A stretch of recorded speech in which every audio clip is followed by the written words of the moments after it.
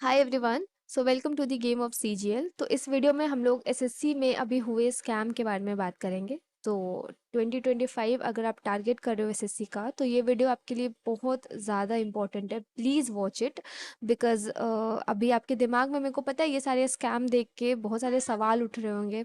में सवाल चल रहा है ना, इस वीडियो के एंड में you will get your answer और बहुत क्लैरिटी मिलेगा आपको कि कैसे करना है, क्या करना है नहीं करना है।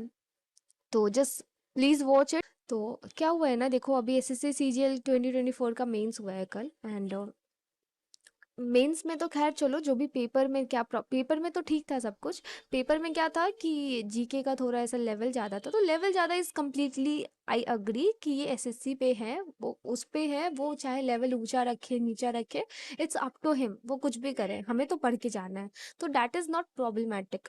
प्रॉब्लमेटिक कहाँ है कि जब टाइपिंग की बारी आई ना, तो बहुत सारे सिस्टम वर्क नहीं कर रहे थे, सिस्टम वर्क नहीं कर रहे थे। और कितनी बार 8-9 बार सिस्टम को वापस रीस्टार्ट करना पड़ रहा था। एंड जो भी बच्चों ने ऑलरेडी टाइपिंग कर रखी थी वो सारी चली जा रही थी। एंड दूसरा चीज़ और कि जो पैसेज आया था ना, that was not limited passage, that was unlimited passage, जो कि एसएससी का सिलेबस नहीं है पैसेज को लेके। ठीक है। तो ये एक ऐसा था जो कि बहुत शॉकिंग था, अनलिमिटेड पैसेज आना। और चलो ठीक है, वो भी आ गए, वो भी हम मान के चलते हैं, चलो आपने आपका मन आपने रख दिया।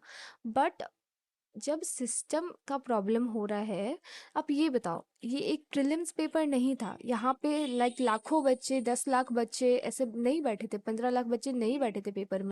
मेंस में आप गलती कैसे कर सकते हो? मेंस है वो, प्रीलिम्स भी एक टाइम के लिए आपसे गलती होती है। देखो, मैं सपोर्ट नहीं कर रही हूँ कि प्रीलिम्स में ठीक है, चलो प्रीलिम्स ही तो। सी, मेंस में बच्चे बहुत कम होते हैं एंड स्टिल अगर if you are not able to manage that, then आप किस बात के ऑर्गेनाइजेशन हो, किस बात की बॉडी हो, जो आप लाइक इस तरीके से अ, बच्चों के साल के साथ खेल जा रहे हो। लिटरली बच्चे अपने पूरे पूरे 1 साल डिवोट कर रहे हैं इस एग्ज़ाम के लिए, अपना सब कुछ छोड़ के, कितने सारे फंक्शन छोड़ के, फ्रेंड्स छोड़ के, अपने मेंटल कंडीशन से लड़ कर, फैमिली का सुन के, लाइक एक एक साल रिक्वेस्ट करके उन्होंने फैमिली से मांगा है। और लाइक एसएससी तुरंत खेल जा रही है इन सारी चीज़ों से। उनको फ़र्क भी नहीं पड़ रहा है कि बच्चों के साल कितने बर्बाद हो रहे हैं। तो ये सब हुआ है। अभी मेरा ये क्वेश्चन है ना कि जो 2025 को टारगेट कर रहे हैं, उनको कैसे इन चीज़ों को लेना चाहिए, उनको कैसे डील करना चाहिए। उनके दिमाग में आई नो बहुत सारे टेंशन चल रहे होंगे। Some of you are very demotivated कि ma'am should I prepare or not, करना भी चाहिए कि नहीं।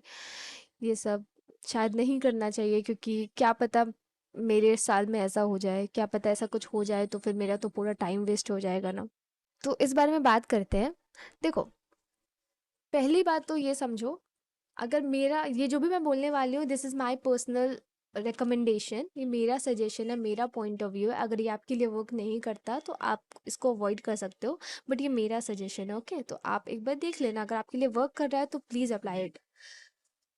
What I am going to tell you is कि एसएससी सीजीएल के लिए ही प्रिपरेशन करना is literally not worth it.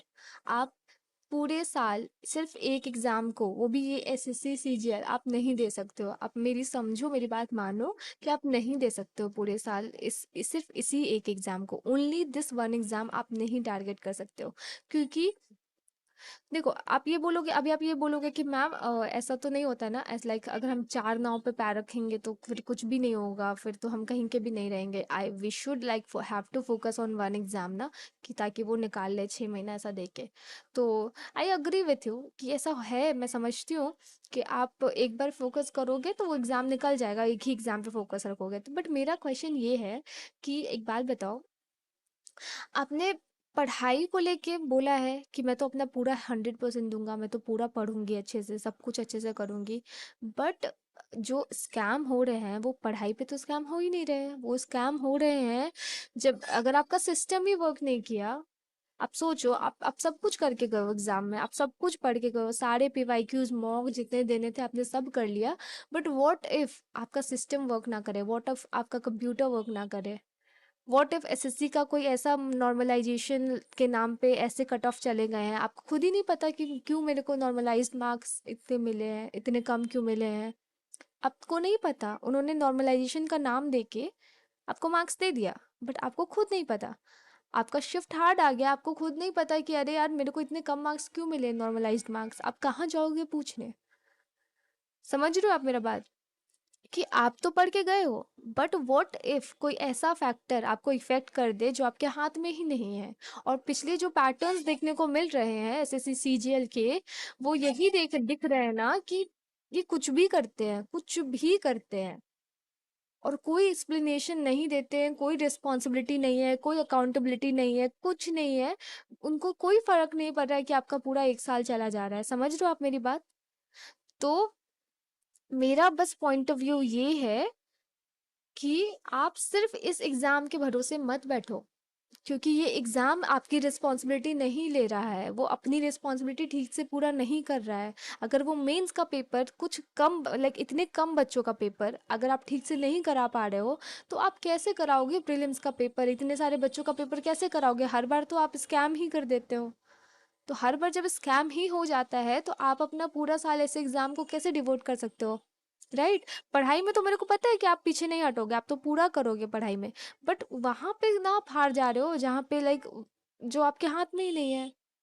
So please don't trust this. आप चाह रहे हो कि आप एसएससी सीजीएल निकालो, प्लीज गो फॉर इट, आप करो प्रिपरेशन। अभी हम लोग बात करेंगे कि कैसे करना है, क्या करना है, बट मेरा बस इतना पॉइंट ऑफ व्यू है ना कि प्लीज सिर्फ इस पे टारगेट मत करो, मत करो प्लीज, सिर्फ इस पे टारगेट मत करो। They are beyond of all this exam. आपकी लाइफ, आपका मेंटल पीस इस एग्जाम से बहुत ऊपर है, तो प्लीज प्रोटेक्ट दैट। ओके? अभी देखो करना क्या है, कैसे करना है, अभी बताते हैं। If SSC CGL not, then what? Right? देखो, पहले हम लोग कंप्लीट बिगनर के पॉइंट ऑफ व्यू से बात करेंगे, एंड देन हम लोग उनके पॉइंट ऑफ व्यू से बात करेंगे जिन्होंने ऑलरेडी अपना 7 to 8 months दे दिया है इसको। तो पहले तो अगर आप बिगनर हो ना, तो मेरा बस ये आपसे बोलना है कि देखो, अगर आप अभी तक तो आपने किसी भी गवर्नमेंट एग्जाम की प्रिपरेशन नहीं करी है, तो कहीं पे भी बैठने के लिए आपको पता तो होना चाहिए थोड़ा बहुत ना। आप अपना जब तक 6 से 8 महीने नहीं दोगे तो आप किसी भी एग्जाम के लिए एलिजिबल नहीं हो। एसएससी सीजीएल छोड़ो, आप किसी भी पेपर के लिए एलिजिबल नहीं हो। राइट? आप कहीं भी जब तक नहीं पढ़ोगे, 6 7 8 महीने नहीं दोगे, तो आप दूसरे पेपर में भी नहीं बैठोगे। राइट? तो पहले जो बिगनर है वो तो अपना टाइम दो यहाँ पे, वो 6 से 8 महीने दो अपना, ठीक है? 6 से 8 महीने दो आप, जो आप बिगनर हो। ओके? क्योंकि उनको ज़रूरत है अपना बेस मजबूत करने का। आप एसएससी सीजीएल 2025 को टारगेट करो, अपना अपना 6 से 8 महीने का शेड्यूल करो, और बिना ये स्कैम स्कैम के बारे में सोचे सुने आप बस प्रिपरेशन करो। आपको बस ये दिमाग में होना चाहिए कि मेरे को ये इफेक्ट नहीं करेगा, ये कुछ भी स्कैम हो, मेरे को क्या है, मैं तो अपना बेस मजबूत कर रहा हूँ। ठीक है? आप मजबूत करो, आप बैठो एसएससी सीजीएल 2025 में। अपार्ट फ्रॉम दिस और एग्जाम भी टारगेट करो, करना है तो करो, बट ये जो 6 से 8 महीना होगा वो आपका कंप्लीट बेस तैयार करेगा। राइट? बेस तैयार करेगा कि even if SSC CGL is not, then कुछ ना कुछ और एग्जाम आप देख लोगे, आप कर लोगे। ठीक है?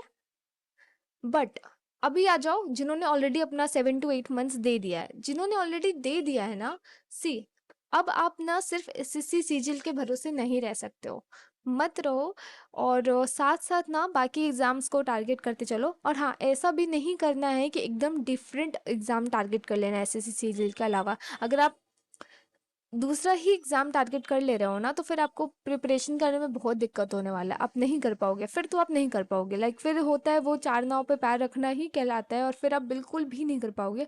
आपको इस तरीके से करना है ना, इस तरीके से दूसरे पेपर्स पे फोकस करना है कि आपके एसएससी सीजीएल के साथ वो टैली करे, वो मैच करे। ठीक है? So please go with the other exams also, क्योंकि सिर्फ आप अगर इसके भरोसे बैठोगे ना, तो मैं नहीं चाहती कि अभी से 1 साल बाद, अभी से 6 महीने के बाद ना आप पढ़ो, आप मेहनत करो बहुत अच्छे से, क्योंकि मेरे को पता है कि आप अपने मेहनत में कोई कमी नहीं लाओगे, बट मैं नहीं चाहती ना कि ये एक लक बेस्ड गेम हो जाए। राइट? मैं नहीं चाहती कि व्हाट इफ उस दिन मैं लकी ना हूँ, व्हाट इफ कुछ ऐसा लाइक मेरा मेरा सिस्टम खराब हो गया तो मेरा पूरा साल बर्बाद हो गया। तो मैं नहीं चाहती ना कि आप किसी लक बेस्ड फैक्टर पे जाओ, इस एग्जाम को टारगेट करो, क्योंकि इतना वर्थ नहीं है एसएससी को, इस एसएससी इतना वर्थ नहीं है। राइट? तो आपका पीस, आपका लाइफ इन चीज़ों से बहुत ऊपर है, आपको सेटल्ड होना है, मेरे को पता है, तो फिर ना जस्ट गो फॉर इट।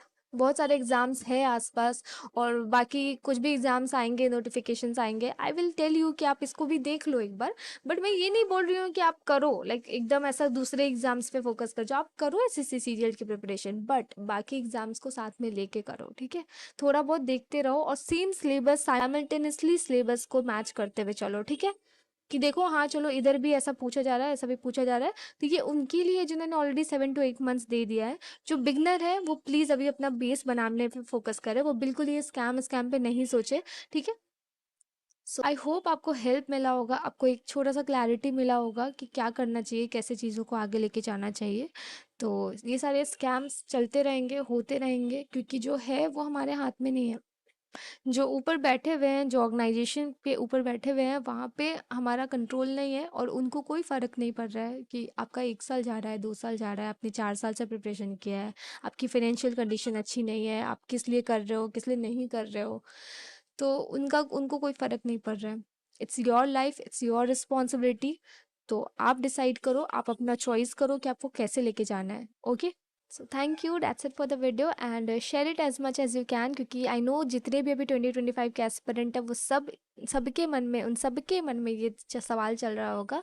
तो प्लीज़ उनको शेयर करो, उनको हेल्प करो, एंड या देखो, I am here not as a teacher, मैं भी एस्पिरेंट हूँ और मेरे दिमाग में भी ये चल रहा है, तो ये सिर्फ एक मेरा पर्सनल सजेशन है आपसे। तो अगर आपको अच्छा लग रहा है तो प्लीज़ अप्लाई इट, नहीं अच्छा लग रहा है तो प्लीज़ अवॉइड इट, ओके।